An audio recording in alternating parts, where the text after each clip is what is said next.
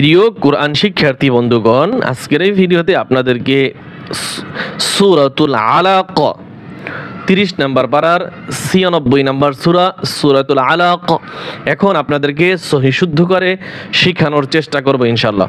বিসমিল্লাহির রহমানির রহিম। ইকরা বিসমি রাব্বিকাল্লাযী খালাক। এই আয়াতটা কোরআনুল কারীমের সর্বপ্রথম নাজিল হয়েছে। ইকরা শব্দের অর্থ দাঁড়ায় পড়ো তোমার প্রভুর নামে, বিসমি রাব্বিকাল্লাযী খালাক, যিনি তোমাকে সৃষ্টি করেছেন। এটি হচ্ছে কোরআনুল কারীমের সর্বপ্রথম। অনেকে মনে করতে পারেন সূরা ফাতিহাই তো প্রথমে নাজিল হয়েছে। না, সূরা ফাতিহা না, সূরা ইয়াসিন না, সূরা আর রহমান না, এই আয়াতটি নাজিল হয়েছে সর্বপ্রথম। জিবরাইল আলাইহিস সালাম এই আয়াতটি নাজিল করেছেন। আর এই আয়াতটির মধ্যে একটি মারাত্মক ভুল করে অনেকেই। ইক হামজা কফ জের ইক কলকলা হবে, এরপরে র হামজা জবর র, ধাক্কা দিতে হবে। এই ধাক্কাটাই অনেকে দিতে পারেন না। অনেকে কি মানে 98-99% মানুষ পারে না। আমরা ছাত্রদেরকে যখন পড়াই ওই থেকে আমরা আইডিয়া পাই, মানে অনেক কষ্ট হয় এতটুকু পড়াইতে।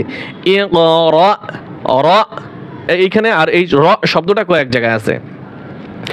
ইক র বিসমি বিসমি রাব্বিকাল্লাযী রাব্বিকাল্লাযী খালাক খালাক, কফে কলকল হবে, খালাক। ইকরা বিসমি রাব্বিকাল্লাযী খালাক খালাকাল খালাকাল ইনসানা ইনসানা মিন আলাক মিন আলাক খালাকাল ইনসানা মিন আলাক। এখানেও শেষে কলকল হবে, খালাকাল ইনসানা মিন আলাক খালাকাল ইনসানা মিন আলাক। ইকরা ইকরা র হামজা জবর র, হামজা কফ জের ইক, র হামজা জবর র। ইকরা ওয়া রাব্বুকাল আকরাম, ওয়া রাব্বুকাল আকরাম অপর পৃষ্ঠায়। ইকরা ওয়া রাব্বুকাল আকরাম ইকরা ওয়া রাব্বুকাল আকরাম। ইকরা এটা অপর পৃষ্ঠা রয়েছে, সবসময় উল্টানো যায় না, তাই এখান থেকে বলছি এখন। ওয়া রাব্বুকাল আকরাম ওয়া রাব্বু, ওয়া জবর ওয়া, আমি একটা বানান করছি একটু ধরেন। ওয়া জবর ওয়া বা রব, র বা জবর রব, ও রব বা পেশবু, ও রব্বু, এই কাফ এই লামকে ধরবে। ও রব্বুকাল হামজা কাফ জবর আক, ও রব্বুকাল আক, র জবর র মিম পেশমু, আকরামু হয়। কিন্তু ওয়াকফ করলে কি হয়, এই যে জবর জের পেশ এগুলো কিছু থাকে না, সাকিন হয়ে যায়। তো এখানে একটু জজম পড়বে, তাহলে কি হয়, আকরাম, র মিম জবর রম। ইকরা ওয়া রাব্বুকাল আকরাম। আর এখানে হামজার উপর একটি জবর ধরে পড়তে হবে। আল্লাযী আল্লাযী আল্লাযী আল্লামা বিল কলম আল্লামা বিল কলম আল্লাযী আল্লামা বিল কলম আল্লামাল ইনসানা আল্লামাল ইনসানা, হামজা নুন জের ইকফা গুণ হবে।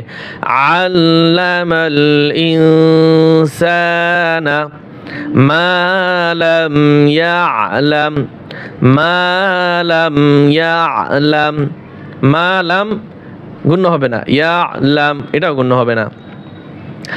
কাল্লা তিন আলিফ টান হবে। ইন্নাল এই অজিব গুণ হবে। ইনসানা হামজা নুন জের ইং, এখানে ইকফা গুণ হবে। কাল্লা ইন্নাল ইনসানা লা ইয়াদগা। এই গয়নে দেখেন 3 আলিফের সংকেত রয়েছে। 3 আলিফ টান হবে কখন? যখন আপনি এই আয়াত মিলাবেন। আর যদি এখানে থামেন তাহলে 1 আলিফ টান হবে। লা ইয়াদগা কাল্লা ইন্নাল ইনসানা লা ইয়াদগা। এই হামজা এই রকে ধরবে, নুন বাদ যাবে। আর রাআহু, আর রাআহু, হু হবে না, হাই হাসিন পেশ হুস হবে। আর রাআহুস্তাগনা, আর রাআহুস্তাগনা।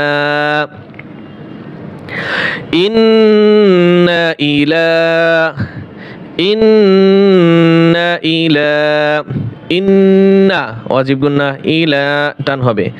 রব্বিকার রুজআ, রব্বিকার রুজআ। ইন্না ইলা রব্বিকার রুজআ, ইন্না ইলা রব্বিকার রুজআ। أرأيت الذي ينهى ইয়ান উন জবর ইয়ান, হা কালিফ টান হবে আর ইয়ান উন জবর ইয়ান স্পষ্ট হবে, গুণ্য হবে না। أرأيت الذي ينهى কলকলা হবে। আবদান إذا صلى عبدا إذا صلى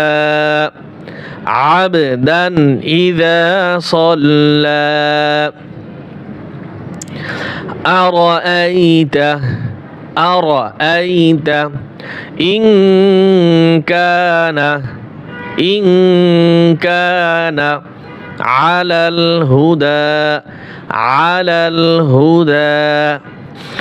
أرأيت إن كان على الهدى أرأيت إن كان على الهدى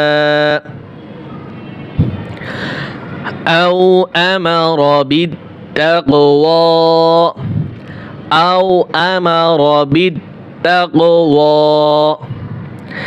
أرأيت إن كذب